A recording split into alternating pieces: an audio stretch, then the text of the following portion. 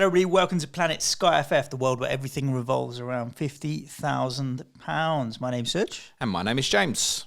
This is the last Sky podcast before the game reopens, post Overhaul. And so there's going to be plenty for us to get into, James. I'd say I'm half-baked at the moment. Doesn't mean I'm half-high, sorry. It means I'm half back into Sky at the moment. I'd played around with a bit of a draft after last week's episode where we covered off kind of who you might need for captaincy and that kind of thing. And now that your plan is kind of up to date, I think I'm going to be looking at what I'm going to be doing to try and use some transfers in the next few weeks. Cool. Just very briefly, 60 seconds. Would love to know, Suj, where did you finish in World Cup Fantasy? Oh. Yeah, we just want to know. We're all dying to know. I finished higher than what I started as. Let's have a look. World Cup Fantasy, my team, international, 47,222, mate. Banger. I finished at 500. With 2 transfers in the entire game. I finished at 583rd, having gone into the final day at around about 150th, I fell think. Away a bit. So, but big congratulations to Shane White, who I know will be listening. Finished 7 points clear of one of our patrons, Liam Doyle, who finished second. Sam Troy come third. I think the top 3 got something. Many congratulations on your performances in that. The game was so enjoyable. We spoke about that a lot last week. Liam, as you finished second, me and Suj are not looking for 10%. We'll look for 20% now. If you can DM us. We'll have a chat about it. Premier League. Yes. How set do you feel for this overhaul, Suj? Probably not, but it's not so much about the team and the players. I think that's actually quite straightforward enough, to be honest with you, James. I think what I'm thinking about now is what am I planning towards, which is the end of February. So we know the TV fixtures until the end of February. Yep. So that's 1, 2, 3, 4, 5, 6, 7, 8, 9 match weeks, would you say? Including the week of the 24th, 25th, 26th of February, which is that's when the final is, isn't it? It's the final of the Carabao Cup. So, I mean, I don't think there's any point looking any further than that. As it stands, there's only 2 fixtures 100% confirmed for that weekend, and those are Everton against West Ham and Tottenham against Chelsea. So I'm looking at working towards that as my block, right? You know, sometimes it's useful to think in blocks. That's 9 game weeks, match weeks, and I obviously have 42 or 43 transfers left. I can't actually tell you because they've changed it to unlimited now. How annoying! I think I've got 31. I think I'm 42 or 43. So I'm kind of thinking, well, I need to use transfers now, right? There's basically I've got 2 a week to use really as an average between now and the end of the season, 1.5 or 2 a week. So if I'm looking at 9 game weeks. If I'm going off averages, I want to be using at least 15 transfers during that time, 15 to 20, and there's hopefully some good hop-off, hop-ons. So I need to be really aggressive here. So yes, you do. More important than planning my starting 11 is kind of engineering who do I want for what period, and then kind of working from the end back to, okay, well, I'll move this player in here, and I'll end up with a starting 11 that's driven by the 15, or maybe I'll plan 10 or 12 transfers that I'm going to make, as opposed to let me set my team and then I'll react to different situations. So I'm definitely looking to use like 15 transfers between now and the end of Feb, if I can. And I obviously want to use them really aggressively, so... I want to touch on ownership briefly. Where are you set on your draft? Should ask you the same question. It's changed in the last 10 minutes. Well, I would say I'm going to go through a draft on this podcast. If the game was starting right now, that's the 11 I would go with. But there's loads that can happen in the next 96 hours or so, including, team news, for example, is going to be pretty important on a few teams, like Chelsea, for example. Possibly like, is William Saliba going to be back for Arsenal? There's a few things that definitely can can change things. I will cover my draft currently as it is. There will be some surprises in there. I think there's a few people going to be shocked at some of the names I might have in the team. I want to touch on ownership, and this comes with a large caveat. This is taken from FF stuff this morning. Ownership in the top 1,000. Alexis McAllister is at 20.5% ownership. Leandro Trossard 20.3% ownership. There are 11 players who have ownership higher than that, and the lowest of those is at 39% in the top 1,000. Now, the big caveat, of course, is I think there's a lot of people in the top 1,000 who haven't even logged in yet. Yeah. So there are a lot of players there that might be sitting dead, but I think most of us are engaged, have probably begun to have a look and maybe play around, maybe not even made transfers. But I just want to go through who those 11 players are. Now, we could describe this as a template, but actually, if you put these 11 players in the team, it's 2.5 million over budget. So you can't have this exact 11, but these are the players that are potentially going to cause you some pain if you don't have them as it stands. Erling Haaland, as it stands, Suj, 91.9% ownership in the top 1,000. That's going to be 99.9, isn't it, come Monday? I want to know who these 80, 90 people are. I mean, the truth is, I didn't have him in my draft when we broke up for Overhaul because I'd sold him. Exactly that. Yeah. Yeah. Completely understandable, but that's going to grow. I think he's going to be the highest owned player. William Saliba currently is in 83.2% of teams, 7.4. I've spoken about him a lot. I spoke last week about the idea that I kind of want him in and just forget about him because I know I'm going to want him at 7.4. Clearly established himself as first choice at Arsenal. He is on 4 yellow cards, however. And I know Adam Pritchard, our Arsenal correspondent, probably doesn't think he'll start against West Ham as it stands. So you could be in a position where by the time they play Tottenham on Sunday the 15th, that Arsenal have had 3 fixtures, he might only have played one of them. Yeah. So that's worth bearing in mind. Mo Salah is obviously popular. He, Harry Kane and Kieran Trippier, all above 70% ownership at the moment. Trippier might be a surprising one, but he's obviously done extremely well this season. Only 7.8. Salah and Kane are obviously going to be popular for captaincy, and it's something we'll debate in a bit. It's probably the key head-to-head captaincy, perhaps for Monday on Boxing Day. Miguel Almiron, 7 million. We've overlooked him most of the season, but he kind of slots in there at the moment, doesn't he? Over 50% ownership. Marcus Rashford, popular, just under 50% ownership. United have those 3 very good fixtures when we return, and I think particularly the 2 home games against Forest and Bournemouth, he'll be heavily captained. João Cancelo, 45%. Perhaps that's not as high as we would think, and I've looked at some drafts this week without him. He's 11 million. Gabriel Martinelli will maintain some favouritism, I think, particularly for those who might be thinking, I'm concerned about how much Saliba's going to play when we return. Nick Pope is one I think will probably drop off a little bit. Good price, good value, 7.1, 39% ownership at the moment. And Kevin De Bruyne, 11.3. Also, 39% ownership. You said you've done a draft, Suj. I have a team. I'm interested to know how many of those 11 you've got at the moment. Haaland. Yep. De Bruyne. Yep. Rashford. Yep. Saliba. Yep. Cancelo. Yep. Was Trippier in there? Yep. João Paulinho is in here? No. Okay, so Paulinho, Rodri, Mitrovic, and David Raya and Trippier are the only ones that I have that aren't. Salah was in there, wasn't he? Yep. Yeah, so, Salah, De Bruyne, Rashford, Haaland, Cancelo, Saliba. Outside of that, I've got Raya, Trippier, Rodri, Paulinho, and Mitrovic. The team I'm sitting on right now only has 5 of them. So, it's one more than me. But I think that's quite scary. Why? Well, because these players can kill. It's as simple as that, isn't it? Yeah, I mean, if you've got covered off the key captaincies, though. But I'm possibly not in some of these circumstances. So I'm ranked, just for reference, exactly 3,400 have used more transfers, I think, than the majority of people. So it's not that I need to differentiate hugely. My big plan is Saturday, February the 18th, Manchester City go to Nottingham Forest. And I want as many Manchester City players as possible. And I've tried to work backwards from that date to look at potentially landing there and having 8 Manchester City players. The draft I have currently has 5. I have 4 currently.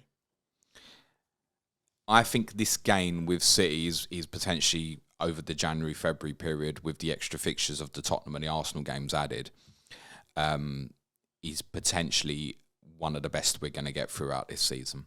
Okay. And historically, when things have happened like this, I think back to, block Chelsea defence. Remember, we had that period a few years ago, I think maybe even the first year we played, Suj, where Liverpool had 2 single game days and they were like 3-0 over everybody. Every time this has happened, I've been behind. And what I mean by behind is I've been behind in terms of the number of players that I've had from the team that everybody is steamed into. And I think it's safe to say there will be large movements towards Manchester City assets. Now, there's clear issues at the moment, as discussed, and I highly recommend people listen to Tuesday's Clash of the Correspondents, which featured Johnny Pringle. We discussed the centre-backs. We are not clear who's playing centre-back. Akanji and Ake are amazing prices. If Johnny was picking the team, they'd be 4th and 5th choice. John Stones is a great price at 8.9. Difficult to start with him. Diaz and Laporte are far more expensive than the other 3. Just right now, we don't know who's going to play at centre-back. The fullbacks are interesting. The goalkeeper's interesting. Rodri, De Bruyne, Foden, and the big Norwegian up front are all going to get interest. I think there's some people that will land on that Nottingham Forest game and maybe have as many as 9. I think that's possible. Maybe even more. And one of the reasons I particularly highlight the Nottingham Forest game on Saturday the 18th is they play Arsenal 3 days earlier and they play Aston Villa 3 days earlier than that. They do have 3-0 over some teams, which includes Tottenham. So you can move from the likes of Kane to De Bruyne, for example. Liverpool play Everton on the Monday night in the middle, which I think is something that will potentially restrict people from getting to 9. I think I can get to 8. And that's where I intend to get to. So I'm starting with 5. And obviously I've got less transfers than the majority. So I'm trying to work to it slowly. I've got a plan. It's certainly not set in stone. As I said, the team I've got now could very easily change. But I'm probably within dancing around certain things like, which Liverpool player am I going to start with? Am I definitely starting with Harry Kane? Am I going with or without Saliba? Am I starting with a Chelsea player? These are the sort of things that are up for debate and would certainly like to discuss with you now, Suj. Before we do that, captaincy for next week. What do you have it bust on, Suj? On Saturday. Monday. Well, the first. It'll feel like Saturday, day, but yeah. Monday the 26th, Boxing Day in some parts of the world. Liverpool, Salah, mate, for me. And that's because I'm not starting with Harry Kane. Okay. What's your thinking behind not starting with Harry Kane? I don't think that Brentford game is particularly great. Neither do I. I think that I can get 2 fixtures out of Salah, Villa and Leicester, and then potentially take a 4-for-2 of Kane over Salah. Whether or not I'd have Villa, Palace, Arsenal, City, he's got Brentford and Brighton both away as Mo Salah in that same period. So I can take Salah for 2 and then move to Kane for 4 versus Salah's 2.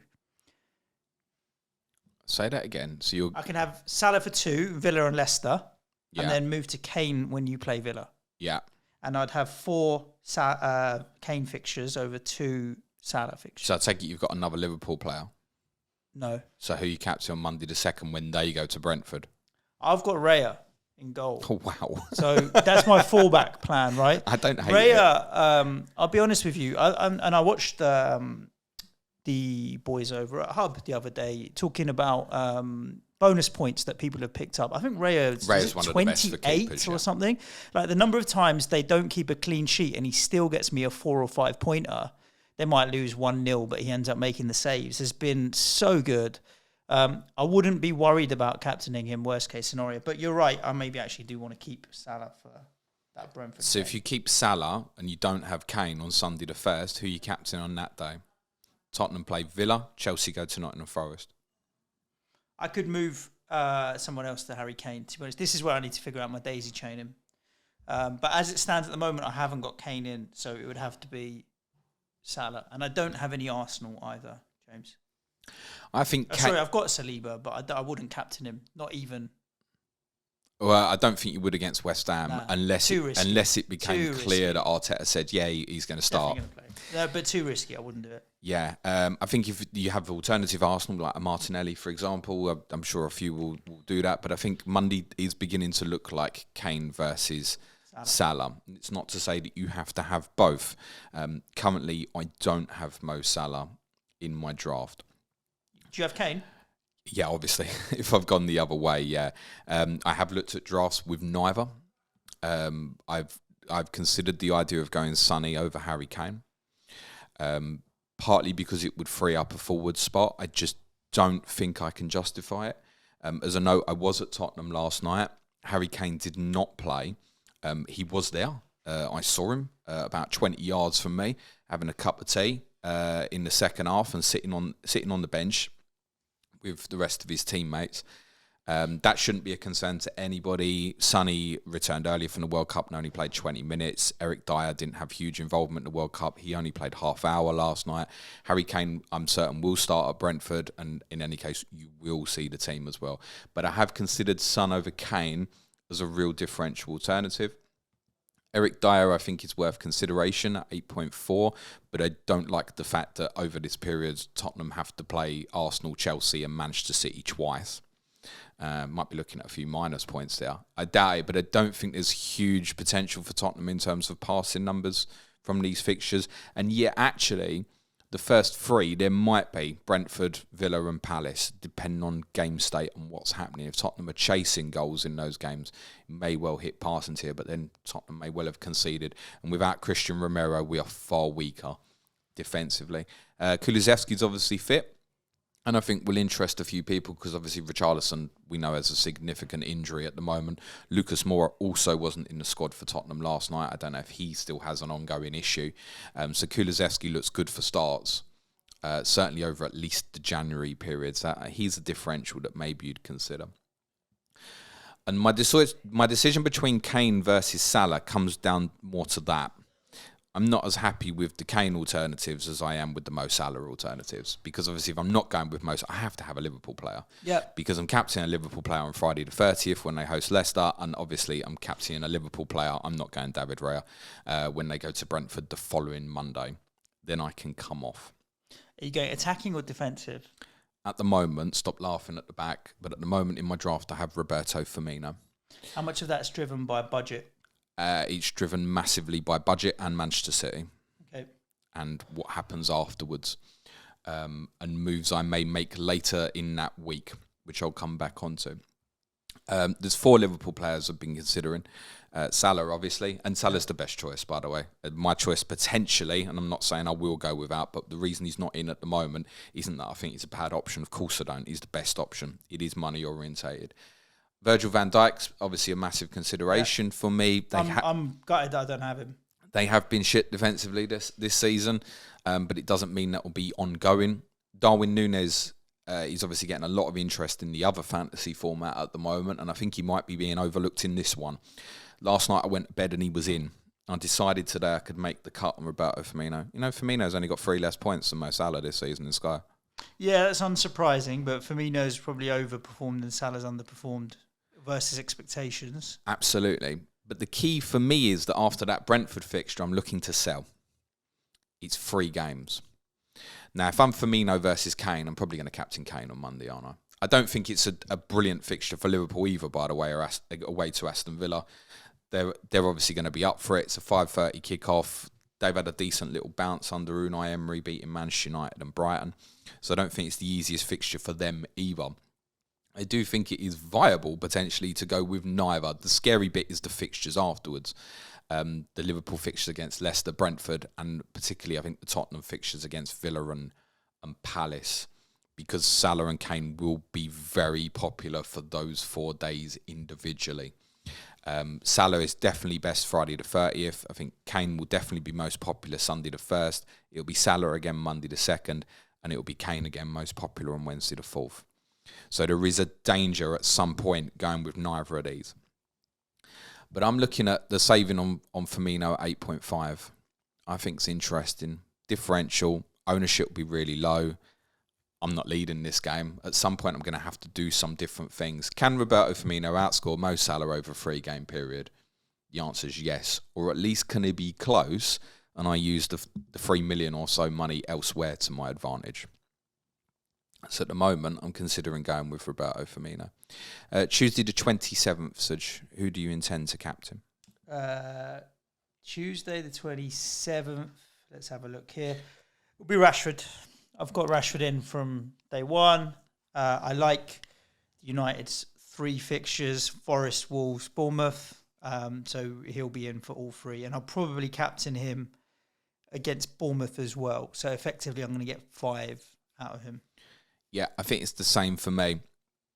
Looking at the ownership at the moment, he's obviously gaining some popularity. I think certain things have happened at the World Cup, like Argentina winning it. I think it's put everybody off of Lisandro Martinez, for example, as it stands at the moment. Diogo Dalot didn't play last night in the Carabao Cup and he's an injury doubt. Might have been another one. I think he's decent for tackles and I think he's progressing as an offensive player. We don't think Rafael Varane's going to play either. I think Casemiro is a budget one that will get some interest. Anthony Martial or Bruno Fernandes for the differentials. You could certainly do something like Bruno Fernandes for the 3 games and then move to KDB when City go to Chelsea on Thursday the 5th, for example. But Rashford looks like he's going to be the most popular. And as per yesterday's Clash of Correspondence with Gary Robinson, I think the conversation relates in the same way as it would have to FPL. Why would you pay for Fernandes over Rashford at this moment in time? What, just because you can? I'm not sure. Rashford, I asked him the question. It was specifically related to FPL, but I'm sure Gary would have answered the same way for Sky. I said if they were the same price, which one would you buy? And he said still Rashford. Yep. So I think Rashford for me will be the one. Wednesday the 28th, Suj, is that Haaland? Yes. Away to Leeds. We'll see the team, so... He'll be in it. It's no... As long as he obviously comes through the game in the Carabao Cup unscathed tonight. It's just a few more days I want to just cover off from a captaincy perspective. So we've obviously mentioned Friday the 30th and Sunday the 1st. Saturday the 31st will be City again, won't it? Home to Everton. Yep. Tuesday the 3rd, we've mentioned United against Bournemouth. I guess Arsenal against Newcastle is an alternative for Arsenal players, I think. It's obviously a tough fixture. If you start with a United player, the majority of people will be on a United player.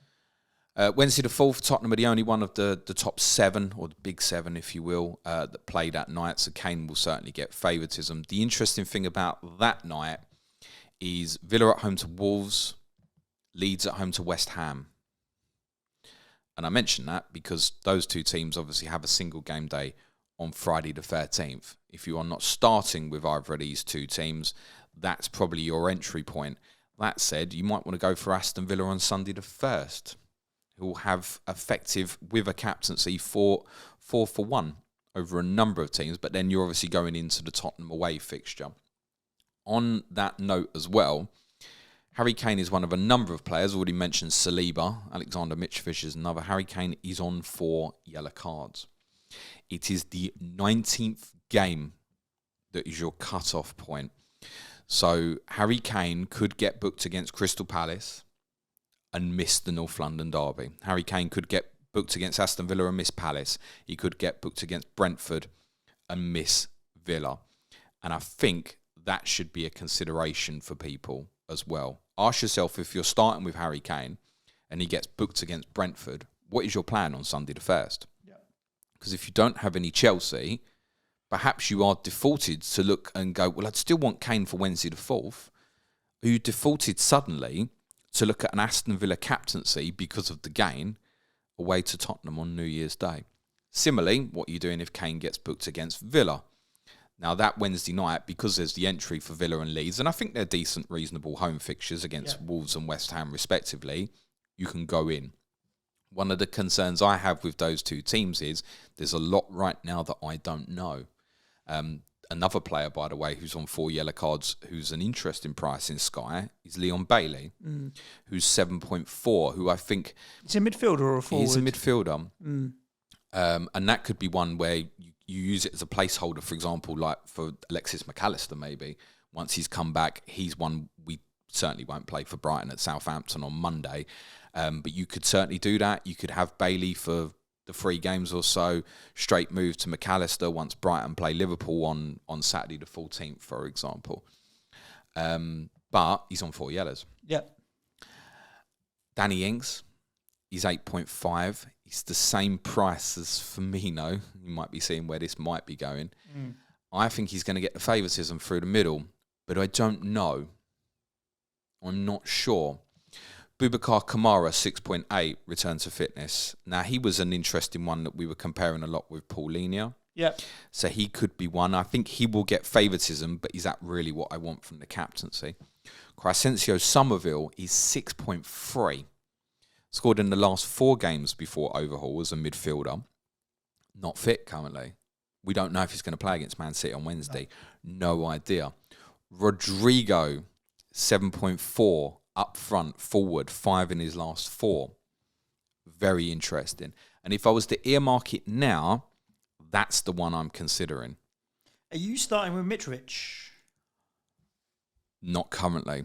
I have Mitrovic in at the moment, but I could do 3 games of Mitrovic and then move to Rodrigo, Ings as a forward move. But also Tyler Adams is always there. Like if you wanted to set and forget. Tyler Adams is another one, but he's one that you can move in on. He's suspended for Man City because he obviously got sent off against Tottenham. So do you want to start with that? Nah, I'd skip Newcastle and just on the 4th on West Ham. You could say, he's missing Man City, but then it's the sort of one I'd expect him to pick tackles in up actually. So I kind of want the couple of games clarity and obviously be at White Hart Lane and physically see Villa on New Year's Day as well. I want a couple of games clarity to make my Villa Leeds decision rather than start with one and get it wrong. Yep, agreed. And so I think the game's there, and I think it's obvious that because it's the Friday night game on Friday the 13th, yes, it's Friday the 13th, we can move that then on to anything else that weekend from any of the other 18 teams. Although, looking further ahead, depending on when you might want to come off, if you went with, say, a Danny Ings, he goes back to Southampton the following Saturday, and there's a number of teams you could move that to the next day, which includes Manchester City, or you could move it on to Mitrovic on Monday the 23rd, for example, when Fulham play Tottenham. And actually, with Leeds, if you look ahead for them after Villa, Brentford at home Sunday the 22nd, which admittedly you wouldn't use for a captaincy because City have Wolves at home and you'll see the City team, I believe. And then they go to Nottingham Forest on Sunday the 5th. That might be more interesting because Tottenham and Manchester City play each other that day. So if you were looking for a differential for that one, could be interesting. Following that, it's Manchester United at home, another Sunday, although City host Aston Villa that day. And then after that, they've got Everton away, Southampton at home. This is actually a decent run of fixtures for Leeds. And I wonder if we might be looking beyond Rodrigo 7.4. If I was to have a bet now, that's who I think I'll buy on Wednesday the 4th. Okay. And he might stay longer for me. Yep. I think he's got favouritism over Bamford. He too has been a little bit of an injury doubt. And it just all adds together where I think that's the first serious concern single game day from 2 teams that we might not want involvement from. But I don't think it's worth skipping because you can go to either of them on Wednesday the 4th and both have decent fixtures afterwards for a little bit. So, but equally, you can get a 3-for-0 with the effective captaincy and move it to someone else.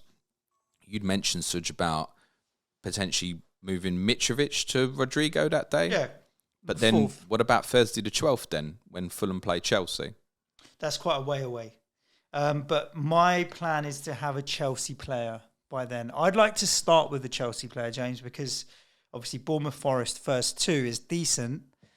I don't know which one I'd start with, which is what's put me off. But I would ideally like to start with one, unlikely to. By the Forest game, though, which is the 1st, New Year's Day, I might decide and figure out which one I'm going to take a punt on. We're going to see the team for that one. No. Tottenham Villa's the earlier game. Okay.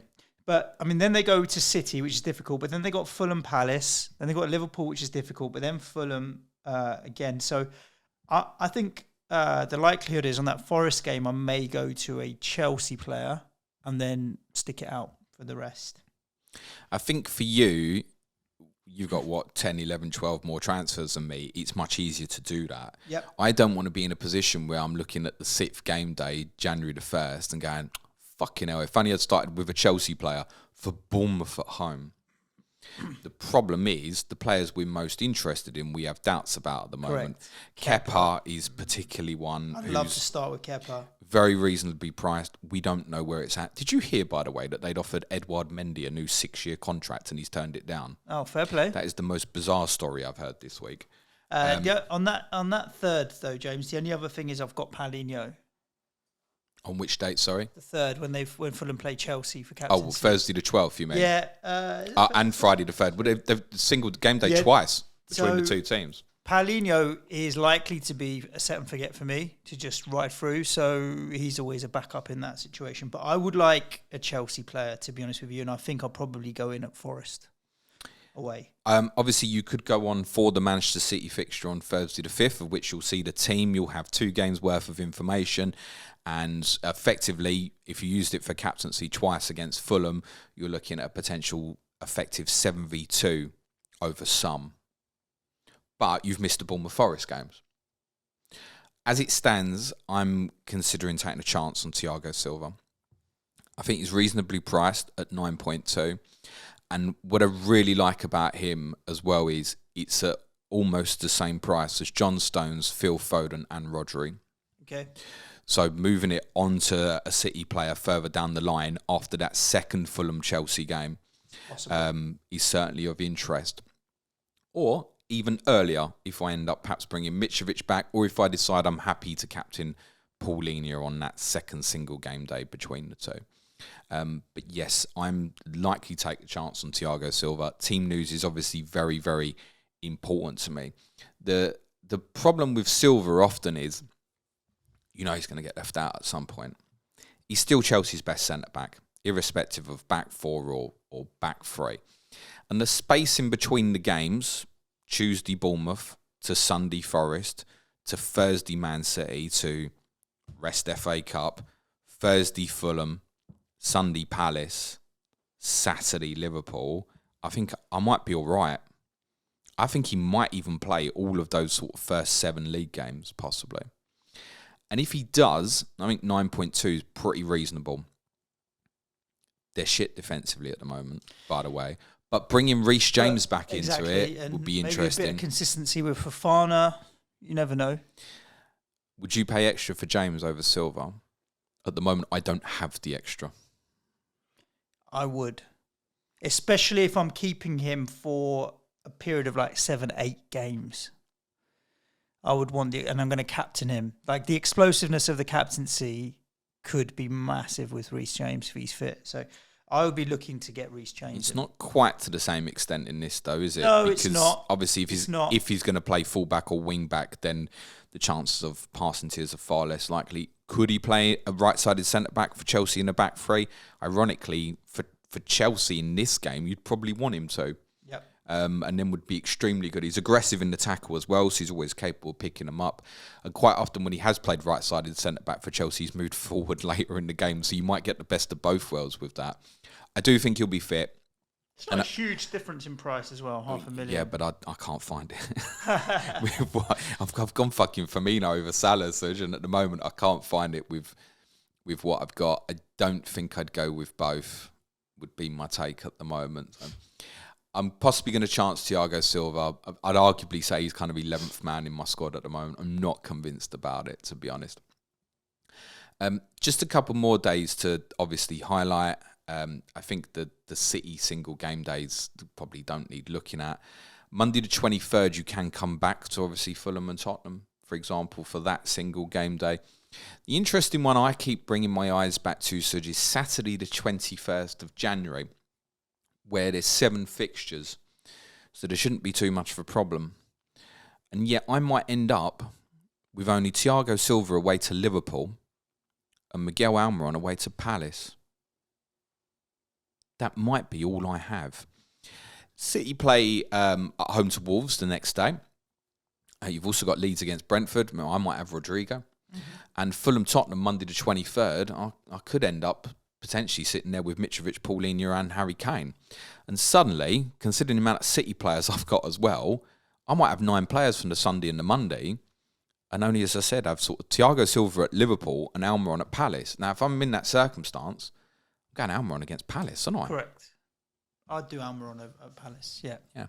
And interestingly, just on that as well, because I know people will be considering Trippier, Pope as well, the previous Sunday, Newcastle host Fulham.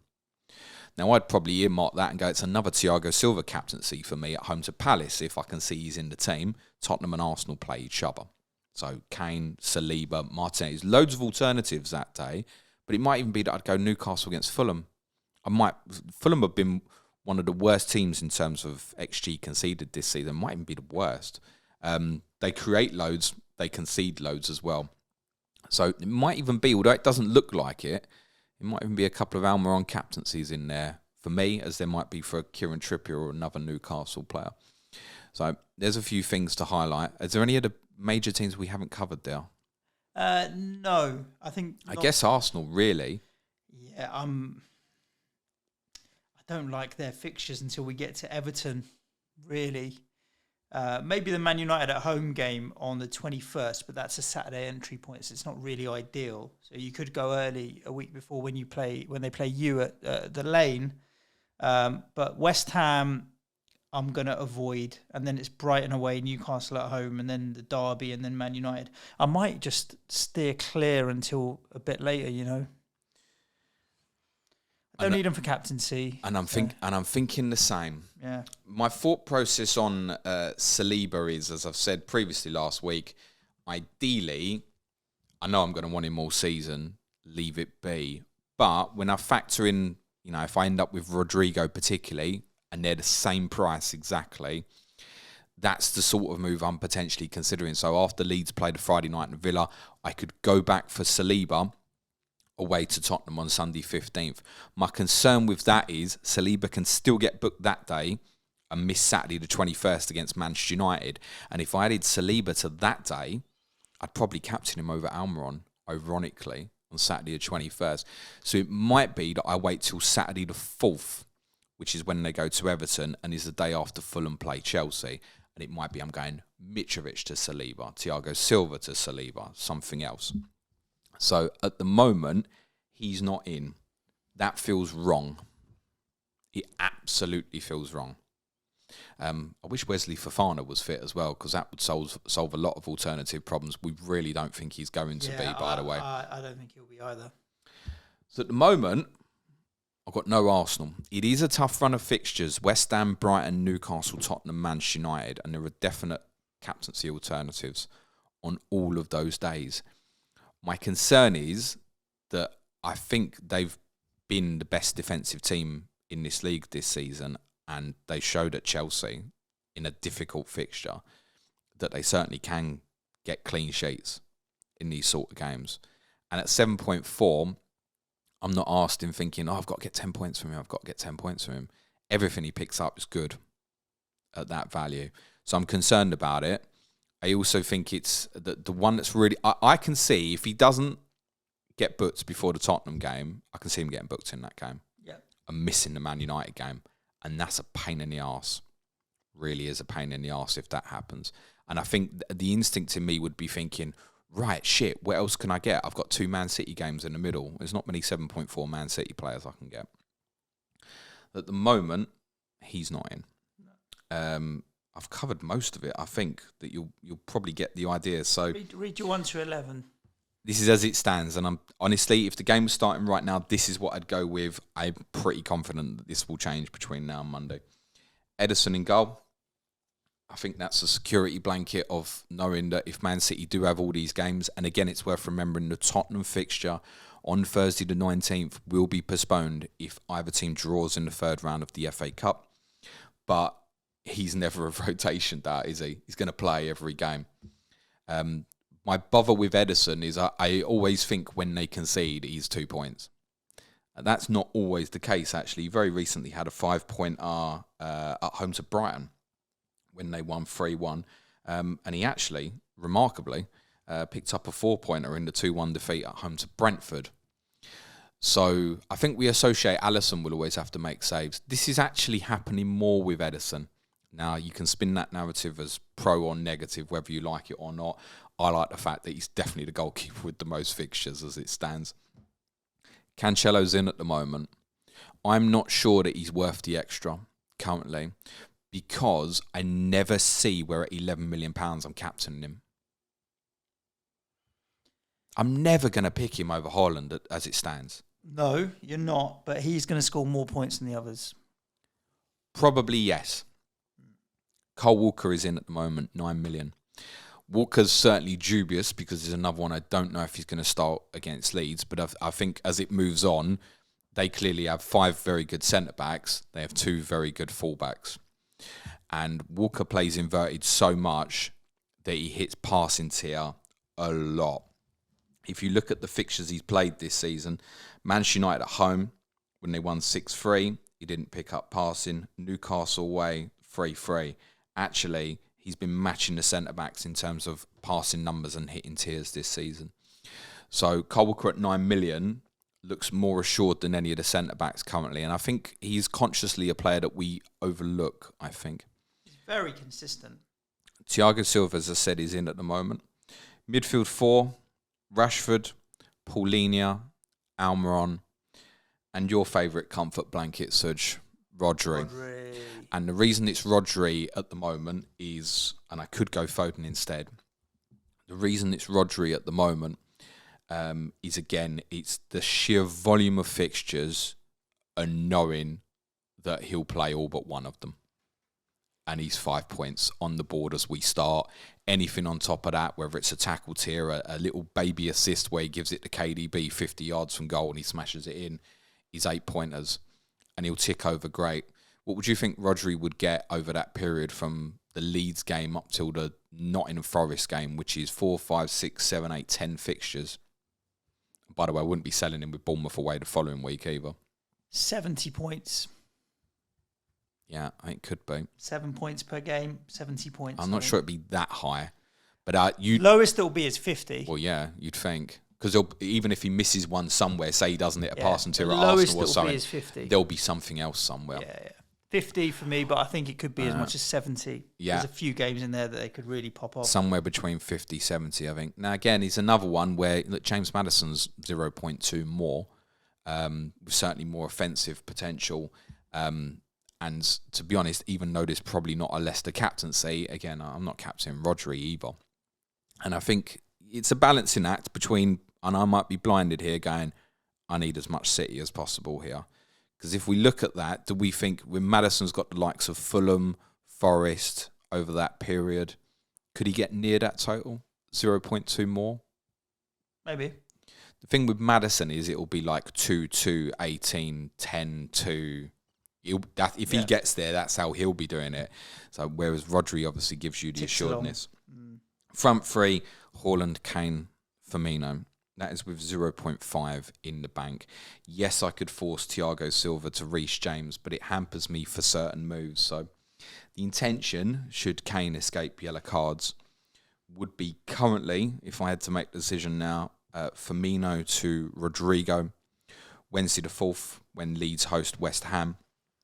And that enables me on the Thursday to go from Marcus Rashford to Moore City. And I'll see the team against Chelsea. And that can be Foden, John Stones, can be whatever I like. That's where I'm at. I don't think that's what I'll end up starting with because I can't wait for the DMs. You ain't starting with fucking Firmino, are you, James? No, I can't believe I'm considering Roberto Firmino either. But I think it's I'm definitely setting the Liverpool from that Monday the 2nd, I think.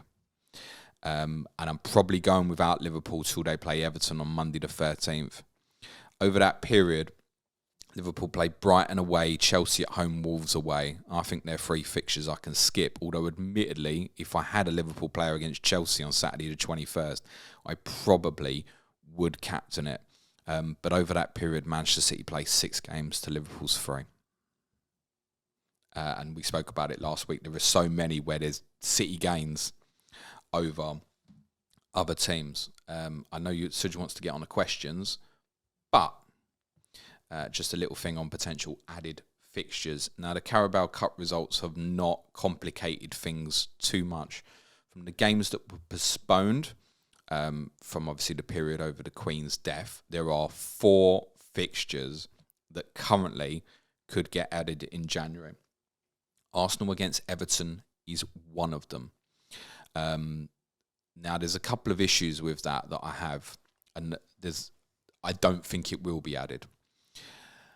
Arsenal Man City's already been arranged for Wednesday the 15th of February. Now, that might have been arranged earlier because it's Amazon, and Amazon wanted to know when they were going to have the game and all this jazz.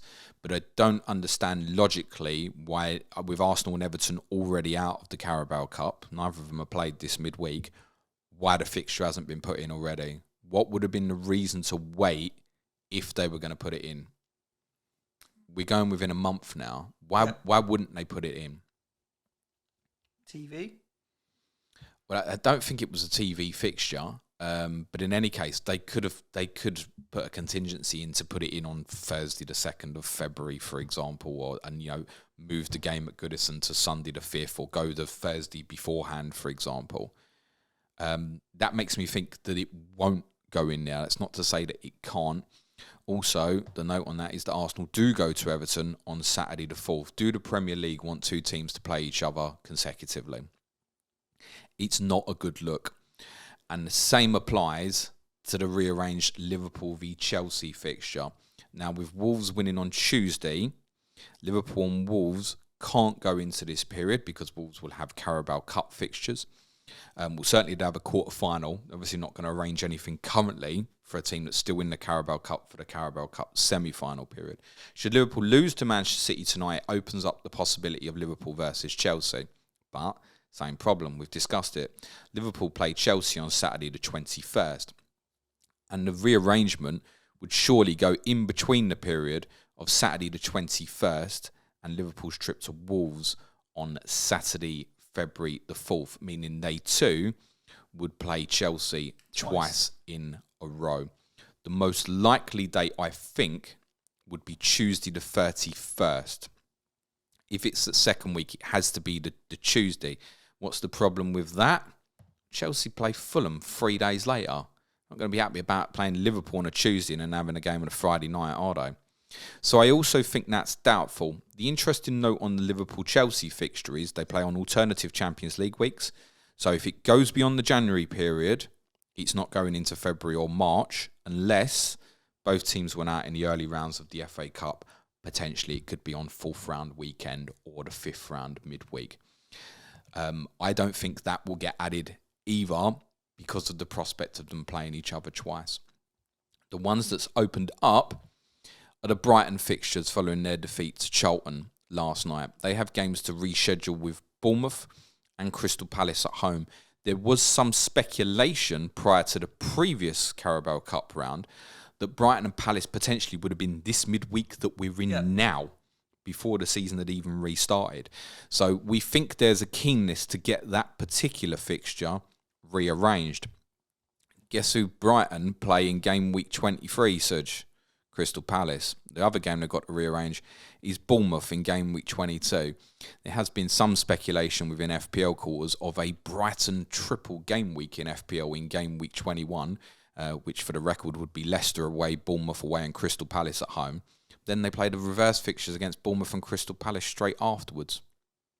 The thing with the Brighton fixtures, as opposed to, say, the Liverpool and the Arsenal fixtures, is there isn't actually a need to rush it.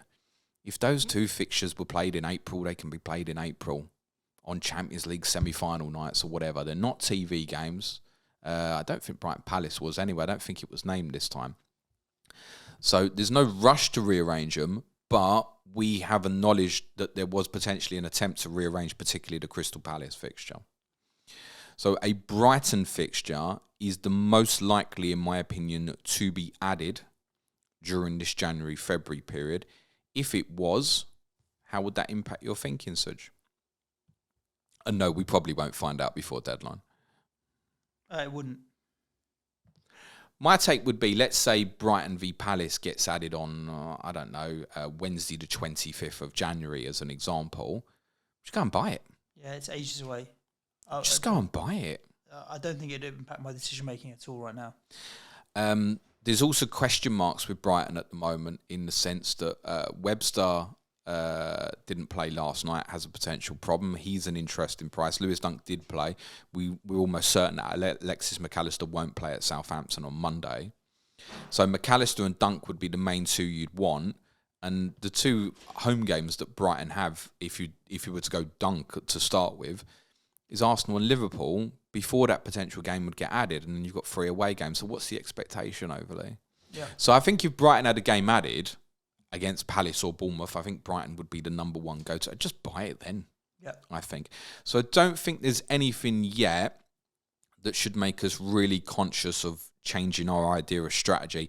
Games, those 4 fixtures could be added, but I wouldn't stress about it at the moment. There's a few, like if Newcastle had lost, for example, to Bournemouth, West Ham and Newcastle, particularly because of West Ham's European involvement, could have ended up in there somewhere.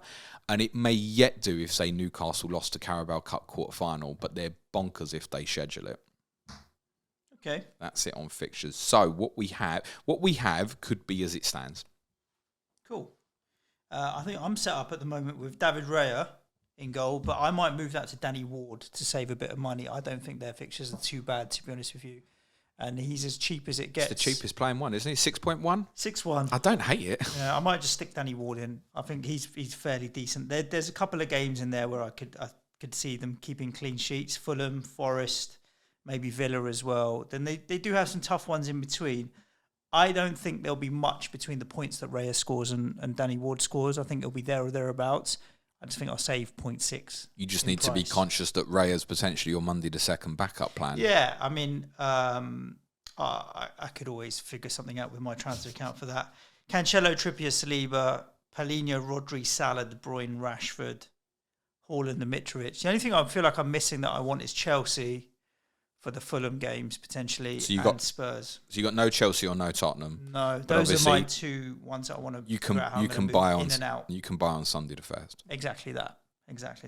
You might even decide for you a little bit unconventional, and I wouldn't overly recommend it, but you might decide just to buy Chelsea on next Tuesday.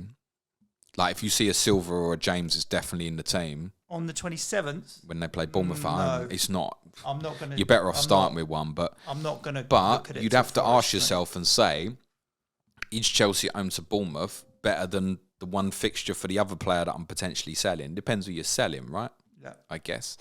But with your transfer account, I mean, you need to start using them somewhere, mate. So I need to get a bit more aggressive, and if it's just the 2 for 1, but it's got better fixtures and maybe a captaincy a couple of games down the road, I might just do it. Shall we look at some of these questions that we've had in on Twitter? Yeah, I'd just shout out one other player I haven't mentioned who I'd really love to know more about is Ibrahim Konate. He's a decent price as well, which would be certainly worth the saving on Van Dijk if you thought he was going to play regularly. Van Dijk, of course, is the comfort blanket again in the sense that you know he'll play. Konate is obviously in competition with Matip, and you've also got Joe Gomez there as well. But I think he will become first choice, but I don't know if he's going to play at Villa on Monday, considering he was obviously in the France squad. Okay, cool. We've had a few questions in on Twitter, James, from regular listeners and people that follow you, and we'll go through them one by one. Some of them I think we have kind of sort of covered off as well. Go for it. FF Mike says, if you have 30 or less transfers, would you load up on City from the start to make the most of the extra games? Yes. Yes, like I'm on 31 and I can't say that I'm going to go with 5. I'd be surprised if I start with only 3. I think 4 is a definite for me, I think. 4 is a definite for me. I don't think I'll go to 5, but then I've got transfers and entry points. I'm really, really wondering if Cancelo's expendable. It's a lot of money for a player I'm not going to captain. Yeah, it really is. Dragon SkyFF, do you go big with Man City straight from the overhaul or plan transfers in? Again, I think we've just answered that, but it depends on your transfer count. Yeah, I mean, if you're sitting in Suj's position, you can definitely come back to it, I think. Yep. He also asks if we should go with Fulham, Villa, United initially with a view of moving them to City. The only moving Fulham is potentially a little bit awkward because of those 2 single game days. But obviously, if you're looking to cover it up with with Tottenham and Chelsea coverage. I like the fact, I spoke last week about wanting Paulinho and Mitrovic in case I lost one, so the Fulham plan was already in place.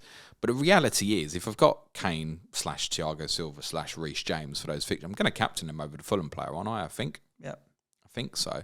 And that was more looking at it more with Mitrovic and going, yeah, okay, he's a great option. But I'd potentially even look at coming back for Mitrovic Monday the 23rd, because remember there's that Wolves fixture Friday the 24th, which, if Wolves were to make the Carabao Cup final, which isn't impossible, subject to the draw, that game would get postponed and no longer be a single game day, which, by the time the Tottenham fixture comes around on January the 23rd, we'd have an idea if that's still a possibility or not, or whether it's locked in. So I think moving on Fulham is particularly tricky. Also at the price point, Mitrovic, Paulinho to City, how are you leaving the money, I presume? Who was the other team, Suj? We said Fulham, Villa, and Chelsea, I think. No, United. United, obviously. Yeah, I mean, again, leave a little bit of money, move a Rashford or a Martial or whomever you fancy after them first three onto City for the Chelsea trip on Thursday the 5th is fine. Villa might be more awkward from the money position, but again, if you leave it, particularly if you go someone Danny Ings' value, I mean, he's more expensive than Akanji or Aki if it becomes clear that it's one of them. For example, you're 0.6 short of Rodri, so yes, you can do that. Who was the other team? Chelsea. I said Fulham, Villa, United. Fulham, Villa, United. Okay.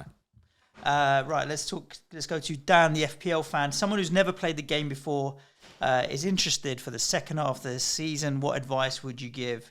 Well, I think you've obviously got more transfers than most because you get your full 50 allocation. It's got about the same as you, isn't he? Well, not quite.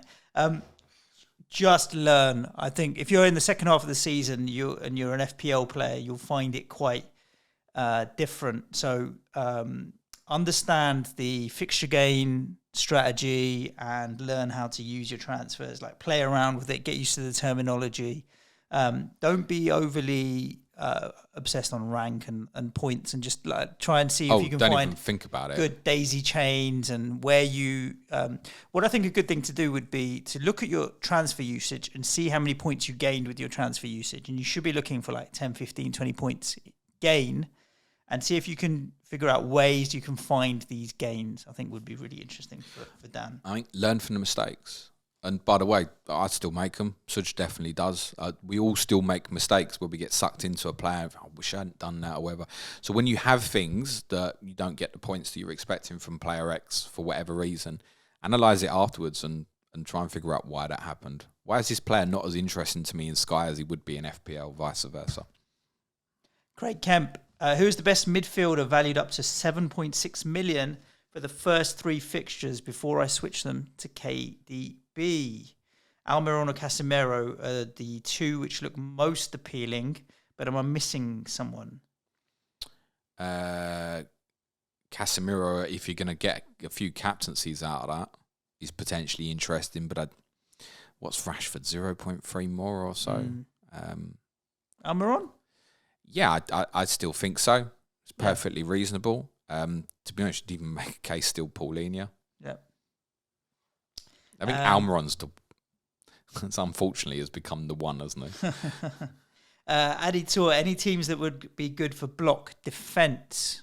That's a great question, and Adi asked it on the Patreon stream I did the other day, and I said, please ask that question again because it's a great question.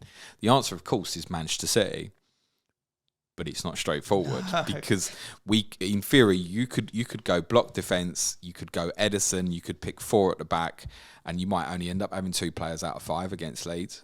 And that's what makes it a bit of a car crash to start, actually. The answer's City.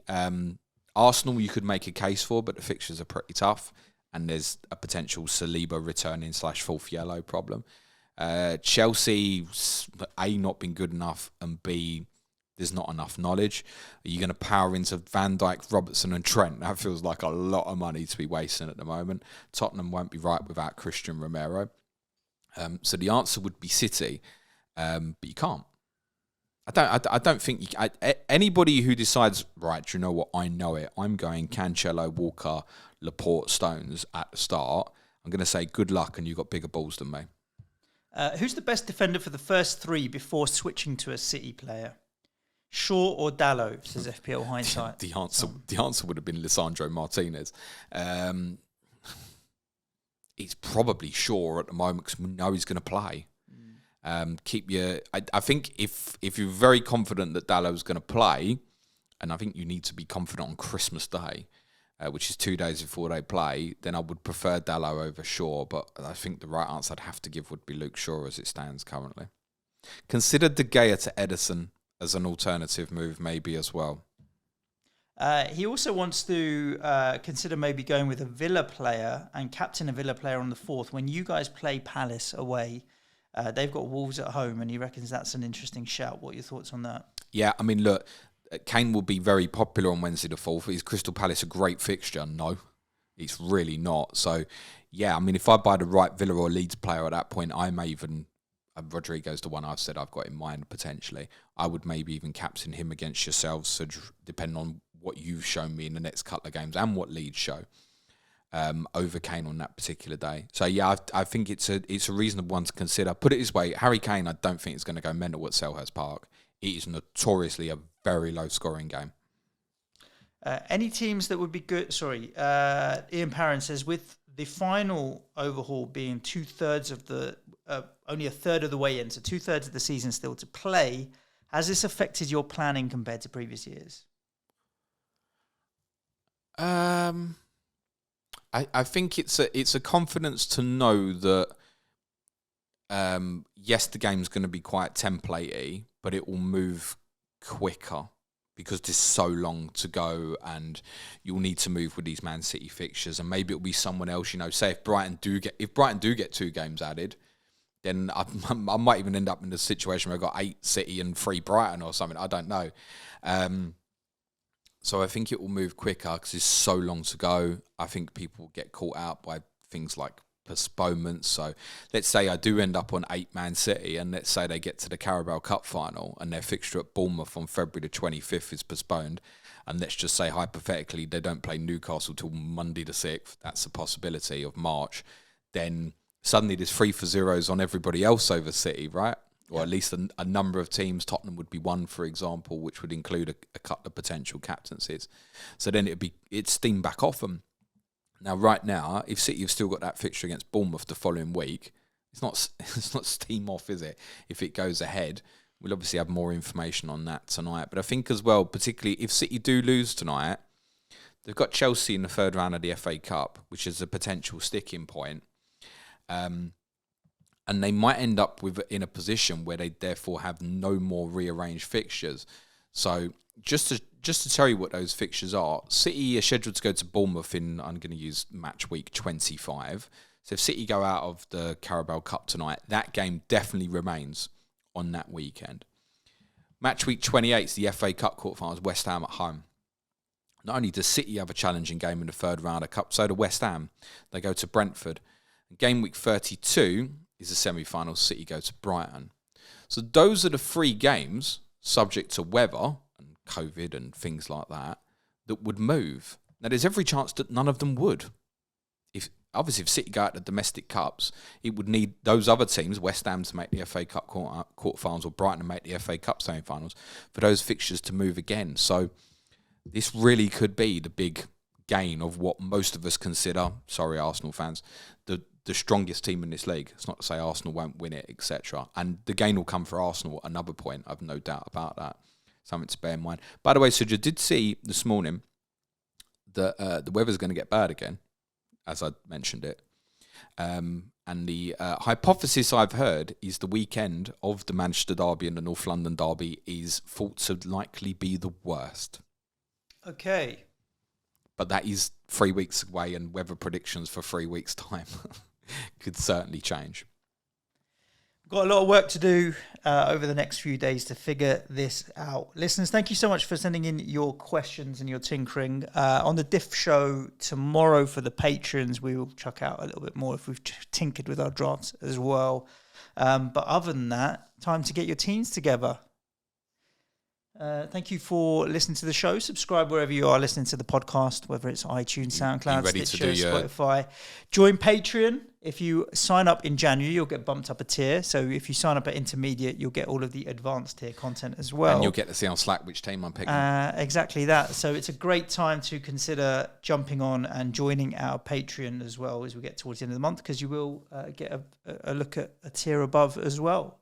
But other than that, we're getting towards Christmas. So if you only listen to SkyFF, Merry Christmas. Happy New Year. And have a good one.